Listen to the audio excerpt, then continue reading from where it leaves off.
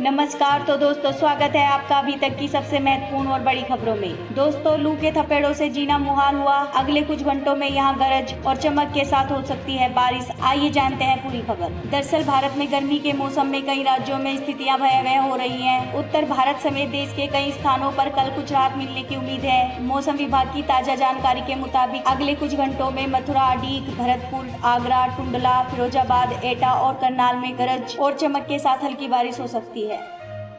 आइए अब रुक करते हैं अगली खबर का, जहां बसपा प्रमुख मायावती ने कहा, केंद्र और महाराष्ट्र सरकार के विवाद में पिस रहे हैं लाखों प्रवासी श्रमिक। दोस्तों, दरअसल बहुजन समाज पार्टी की राष्ट्रीय अध्यक्ष मायावती ने कहा है कि केंद्र और महाराष्ट्र सरकार के विवाद में लाखों प्रवासी श्रमिक व कामगार पिस रहे हैं, जो अति दुखद और दुर्भाग्यपूर्ण है। उन्होंने सलाह देते हुए कहा है कि आरोप प्रत्यारोप छोड़कर इन मजलूमों पर ध्यान दिया जाए ताकि इनकी जिंदगी बर्बाद होने से बच सके।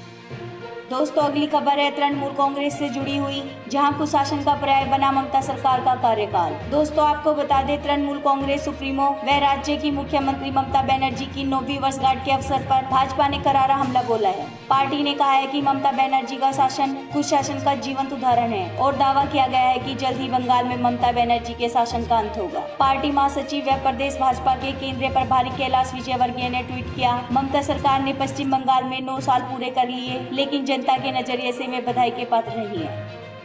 दोस्तों, सुप्रीम कोर्ट ने कहा, जिन अस्पतालों को मुफ्त में जमीन मिली वे मरीजों का इलाज भी मुफ्त में करे और सरकार ऐसे अस्पतालों की पहचान करे। दरअसल सुप्रीम कोर्ट ने बुधवार को सरकार से कहा है कि ऐसे प्राइवेट अस्पतालों की पहचान करे जहां कोरोना के मरीजों की फ्री या मामूली खर्चे पर इलाज मिल सके। कोर्ट ने कहा है कि जिन अस्पतालों को फ्री में या फिर बहुत कम रेट पर जमीन मिली है, उन्हें कोरोना के मरीजों का इलाज भी मुफ्त में करना चाहिए। दोस्तों, बढ़ते हैं अगली खबर की ओर, जहां मां की मौत हो चुकी थी। बच्चा कफन को चादर समझकर खेलता रहा, इस उम्मीद में कि मां अब उठ जाएगी। जी हां दोस्तों, आप इस वीडियो को शायद ही बर्दाश्त कर पाएं, देख पाना मुश्किल हो रहा होगा। यह तस्वीर बिहार के मुजफ्फरपुर रेलवे स्टेशन की है। 2.5 साल का बच्चा माँ के शव को ढकने वाली चादर से खेल रहा है। बच्चे को पता ही नहीं है कि उसकी माँ इस दुनिया में नहीं है। चादर जो अब कफन बन चुकी है, उसे वह जितनी भी हटाए माँ नहीं उठेगी, लेकिन बच्चा इस उम्मीद में है कि माँ भी उठेगी और जरूर उठेगी।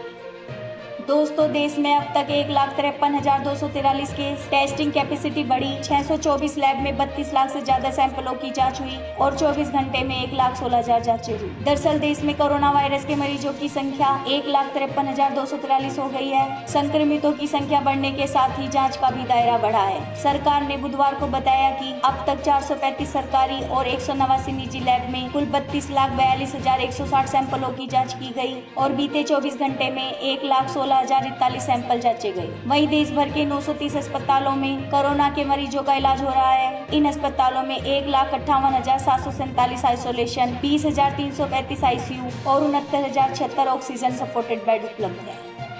दोस्तों, अगली खबर में जानेंगे, रविशंकर प्रसाद ने कहा, राहुल गांधी ने 5 तरीकों से कोरोना की लड़ाई को कमजोर करने की कोशिश की, गलत तथ्य और झूठी खबरें फैलाई। जी हां दोस्तों, लॉकडाउन के मुद्दे पर केंद्रीय मंत्री रविशंकर प्रसाद ने कांग्रेस नेता राहुल गांधी पर तंज कसा है। उन्होंने राहुल पर झूठ फैलाने के आरोप भी लगाए। प्रसाद ने कहा, कोरोना के खिलाफ देश की लड़ाई को राहुल ने 5 तरीके से कमजोर करने की कोशिश की। पहली बात, निगेटिविटी फैलाई। दूसरा, संकट के समय में देश के खिलाफ काम किया। तीसरा, झूठी वाहवाही लूटने की कोशिश की। चौथा, उनकी कथनी और करनी में फर्क है। 5वां, उन्होंने गलत तथ्य और झूठी खबरें उड़ाई और उनके पास कोई प्लान हो तो हमें बताएं। दोस्तों, ये खबर निकल कर आ रही है मध्य प्रदेश से। मध्य प्रदेश में अब तक 7,049 संक्रमित। महामारी के बीच भीषण गर्मी भी जारी और 52 में से 2 जिलों में कोई केस नहीं। गौरतलब है कि कोरोना संकट के साथ भीषण गर्मी भी जारी है। यही वजह है कि जो ग्रीन जोन है, वहाँ भी लोग घर से बेहद कम निकल रहे हैं। सड़कें और बाजार खाली हैं और भोपाल में आज से सशस्त्र बाजार खुले। महामारी की बात करें तो बुधवार को भोपाल में 20 और जबलपुर में 5 नए केस मिले और राजधानी से 17 मरीज स्वस्थ होने पर डिस्चार्ज भी हुए। इससे पहले मंगलवार को प्रदेश में संक्रमण के 165 मामले सामने आए थे। कुल संख्या 7,049 हो गई। 3,706 स्वस्थ हो चुके हैं, 305 की मौत हुई और एक्टिव केस 3,055 है। दोस्तों, विश्व स्वास्थ्य संगठन की चेतावनी, अमेरिका संक्रमण का एपिसेंटर बना और ब्राजील में बुरे हालात लंबे समय तक बने रहेंगे। दोस्तों, आपको बता दें, विश्व स्वास्थ्य संगठन ने अमेरिका को कोविड-19 का एपिसेंटर यानी संक्रमण का नया केंद्र बताया है। अमेरिकी जोन की WHO की डायरेक्टर कैरी शेइटिन ने वीडियो कॉन्फ्रेंसिंग के दौरान कहा, यह समय लॉकडाउन की पाबंदियों में ढील देने का नहीं है। हाल ही में अमेरिका शोध में भी कहा गया है कि अगस्त तक ब्राजील और लैटिन अमेरिका में कोरोना से होने वाली मौतों की संख्या बढ़ेगी। दोस्तों, ये खबर निकल कर आ रही है चीन से। चीन ने कहा, भारतीय सीमा पर स्थिति पूरी तरह से नियंत्रण में, बातचीत से मामला सुलझा लेंगे। और ट्रंप बोले, अमेरिका मध्यस्थता के लिए तैयार। दरअसल चीन ने बुधवार को कहा है कि भारतीय सीमा पर स्थिति पूरी तरह से स्थिर और नियंत्रण में है और दोनों देशों के पास आपसी बातचीत के जरिए ऐसे मुद्दों को हल करने का तंत्र मौजूद है। विदेश मंत्रालय के प्रवक्ता का यह बयान वास्तविक नियंत्रण रेखा पर भारत और चीन की सेना में जारी गतिरोध के बीच आया है। विदेश मंत्रालय के प्रवक्ता लीजियन ने एक मीडिया ब्रीफिंग के दौरान कहा है कि सीमा से जुड़े मुद्दों पर चीन की स्थिति स्पष्ट है।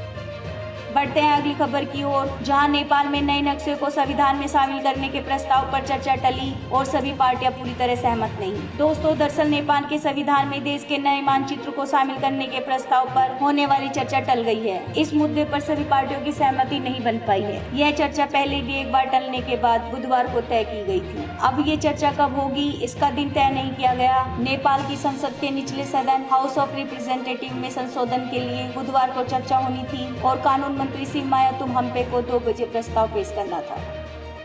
दोस्तों, आपको बता दें, फूड पैकेट्स राशन बंटवाने के बाद प्रवासी मजदूरों को घर पहुंचाएंगे अमिताभ और 10 से ज्यादा बसों का इंतजाम किया। जी हां दोस्तों, कोरोना और लॉकडाउन के दौर में बॉलीवुड सेलिब्रिटीज अपने अपने तरीके से जरूरतमंदों तक मदद पहुंचा रहे हैं। सूत्रों की माने तो महानायक अमिताभ बच्चन ने भी अपने ऑफिस को इस मुश्किल वक्त में जरूरतमंद लोगों तक सहायता पहुँचाने को कहा है और इनमें यूपी के प्रवासी मजदूरों के लिए बस सेवा भी शामिल है।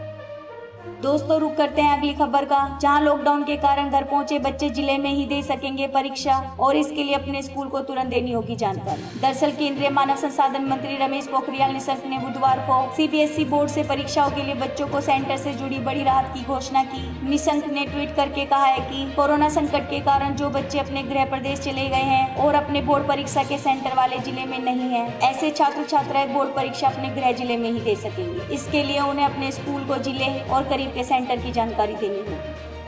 दोस्तों, अभी एक खबर निकल कर आ रही है। मुंबई से 1039 प्रवासी श्रमिकों को लेकर स्पेशल ट्रेन काशी पहुंची और इसमें सवार 2 मजदूरों के शव मिले। गौरतलब है कि कोरोना महामारी के संकट काल में अपनों के बीच पहुंचने का सफर कई प्रवासी मजदूरों के लिए आखिरी सफर साबित हो रहा है। बुधवार को मुंबई से वाराणसी के लिए मडुवाडीह पहुंची श्रमिक स्पेशल ट्रेन में 2 प्रवासी मजदूर मृत मिले। इनमें एक आजमगढ़ तो दूसरा जौनपुर का रहने वाला था। शवों की पहचान होने के बाद कोरोना जाँच के लिए सैंपल लिया गया है। दोस्तों, अब तक 57,10,000 संक्रमित और 3,52,000 मुक्ति और चीन की नई कहानी, कहा कई जगहों से फैला कोरोना वायरस। गौरतलब है कि दुनिया में अब तक 57,03,148 लोग संक्रमित हैं, 24,46,399 लोग ठीक हुए हैं और मौतों का आंकड़ा 3,52,614 हो गया है। आपको बता दें, कोरोना वायरस को लेकर चीन ने अब नई थ्योरी दी है। चीन वैज्ञानिकों ने कहा है कि यह वायरस कई जगहों से फैला है। उन्होंने कहा है कि यह कहना ठीक नहीं है कि यह वुहान की वेट मार्केट से ही पैदा हुआ है। दोस्तों, आपको बता दें, पाकिस्तान फायरिंग कर रोक रहा था रणबीर नहर का काम और BSF ने अपनी निगरानी में पूरा करवाया। जी हां दोस्तों, जम्मू कश्मीर एग्रीकल्चर इकोनॉमी की तस्वीर बदलने वाली रणबीर नहर से तलछट निकालने का काम BSF की निगरानी में पूरा कर लिया गया है। पाकिस्तान की ओर से लगातार फायरिंग कर इस काम को रोकने की कोशिश की जा रही थी। सिंचाई विभाग ने BSF से मदद मांगी थी और इसके बाद सुरक्षा बलों की मौजूदगी में इस काम को पूरा कर लिया गया। 14 दिन में डबल हो रहे हैं केस। मुंबई में प्रति 10 लाख लोगों पर 13,000 टेस्ट और राज्य में 1,000 स्वास्थ्यकर्मी भी संक्रमित। दोस्तों, गौरतलब है कि महाराष्ट्र में कोरोना का कहर देखने को मिल रहा है। बीते 24 घंटे में राज्य में 97 लोगों की मौत हुई है। यह एक दिन में संक्रमण से होने वाली मौत का सबसे बड़ा आंकड़ा है। इसके साथ राज्य में मृतकों का आंकड़ा 1,792 तक पहुँच गया। मंगलवार को 2,091 नए मामलों के साथ कुल संक्रमितों की संख्या बढ़कर 54,758 हो गई है। हालांकि कुल एक्टिव केस 36,004 है। दोस्तों, बढ़ते हैं अगली खबर की ओर, जहां उद्धव के सरकारी आवास पर महाविकास आघाड़ी के नेताओं की बैठक और 2 दिन से भाजपा राज्य में राष्ट्रपति शासन की मांग कर रही है। दरअसल महाराष्ट्र में चल रही सियासी हलचल तेज हो गई है। मुख्यमंत्री उद्धव ठाकरे के सरकारी आवास वर्षा बंगले पर महाविकास अघाड़ी गठबंधन के सहयोगियों की बैठक हुई, जिसमें मौजूदा घटनाक्रम पर चर्चा हुई। बैठक इस लिहाज से भी महत्वपूर्ण थी कि पिछले 2 दिनों से 2 बड़े भाजपा नेता प्रदेश में राष्ट्रपति शासन लगाने की मांग कर चुके हैं। मीटिंग में गठबंधन तीनों पार्टियां शिवसेना, एनसीपी और कांग्रेस के बड़े नेता शामिल हुए। दोस्तों अगली खबर है हरियाणा से। हरियाणा में 32 नए मरीज मिले, फरीदाबाद में 28 पॉजिटिव आए और इनमें 6, 9, 10 साल की 3 बच्चियां भी शामिल। दरअसल हरियाणा में कोरोना संक्रमित मरीजों की संख्या बुधवार को बढ़कर 1341 पहुंच गई और 32 नए मरीजों का इजाफा हुआ। अकेले फरीदाबाद में 28 मरीज मिले हैं। वहीं रोहतक में 3 और सिरसा में कोरोना पॉजिटिव सामने आया है, जबकि बुधवार को 4 मरीजों को अस्पताल से छुट्टी मिली और प्रदेश में अब तक 824 मरीज ठीक हो चुके हैं। दोस्तों करीना की राह पर करण जौहर के बेटे यश सवाल पूछे जाने पर दे रहे हैं जब वी मेट के गीत की तरह जवाब। दरअसल Karan Johar lockdown with Johar series का एक नया वीडियो लेकर आए हैं, जिसमें वो अपने बच्चों यश और रूही से सवाल जवाब कर रहे हैं। इसी बीच जब करण ने अपने बेटे यश से पूछा कि आपका पसंदीदा इंसान कौन है, तो उन्होंने कहा कि वो खुद को पसंद करते हैं।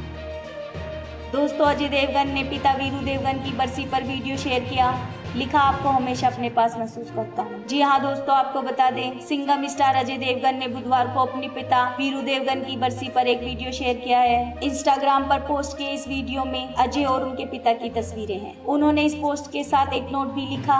अजय ने लिखा, डियर डैड, आपको गुजरे हुए 1 साल हो गया, इसके बावजूद मैं हमेशा आपको अपने पास महसूस करता हूँ, चुपचाप, ध्यान रखने वाले और हिफाजत करने वाले।